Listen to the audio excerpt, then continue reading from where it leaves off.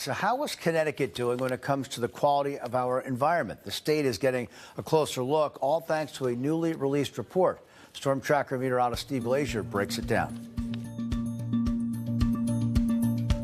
The state's annual report on our air, water, land, and wildlife condition in 2024 has been released, and generally, Connecticut's environmental quality is better than it was 10 years ago and significantly better than 50 years ago.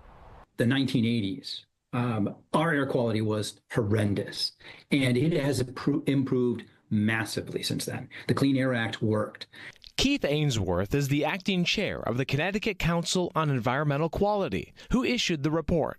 The group studies 40 different indicators on the health of Connecticut's environment. If we look at air quality, we'll look at CO2, we'll look at vehicle miles driven, we'll look at industrial sources, emissions.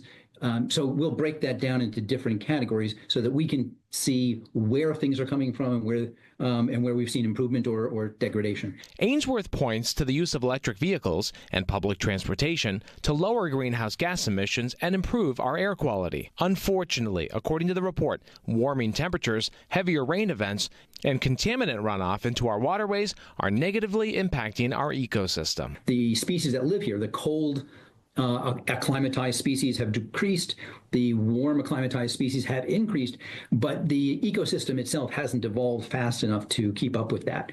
But Ainsworth points to actions and programs that are helping, like the Clean Air Act, animal reintroduction, and protection of core forests. The acquisition of open space, preservation of core forests, agricultural land, all of that contributes to a better quality of life and quality of the environment. Additional actions, such as the goal to reach net zero emissions by 2050 in Connecticut, will continue to help further our environmental quality. In West Hartford, I'm Steve Glazier, NBC Connecticut News.